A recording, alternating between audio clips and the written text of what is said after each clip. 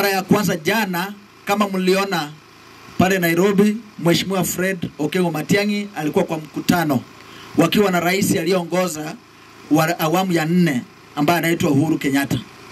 Kwa ile mkutano alikuwa kwa mkutano wa Jubilee.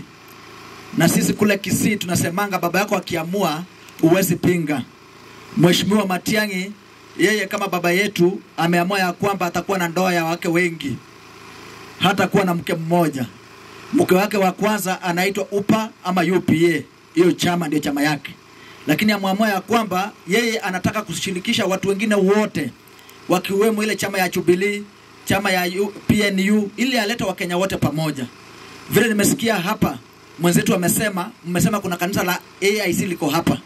Hapa tuko SDA, lakini mmealika wenzenu ambao wako AIC wakuje watusaidie kujenga kanisa la Bwana.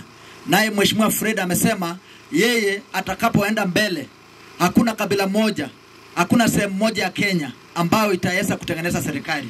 Anataka atakapokuwa rais, akuwe rais ya Masai, vile atakuwa rais wa Mkalenjin, na pia akuwe rais wa Kisii na Mkikuyu na kila mtu yule. So kwa maono yake kama mtu ambaye tunamfuata nyuma yake, ameamua atafanya kazi na vyama vingi, ikiwemo ile ya Jubilee, ile ya UPA na zingine mingi ambazo mtakuwa mnaona.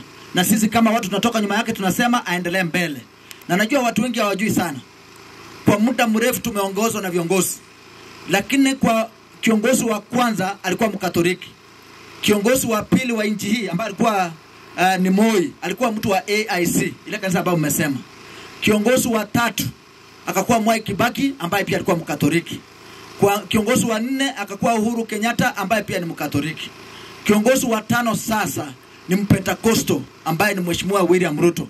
Sijui mbona wa SDM mnakataa kuwa uongozini, sababu kwa mara ya kwanza Mheshimiwa Fred Okengo Matiang'i ni Mwadventista kama wewe na mimi.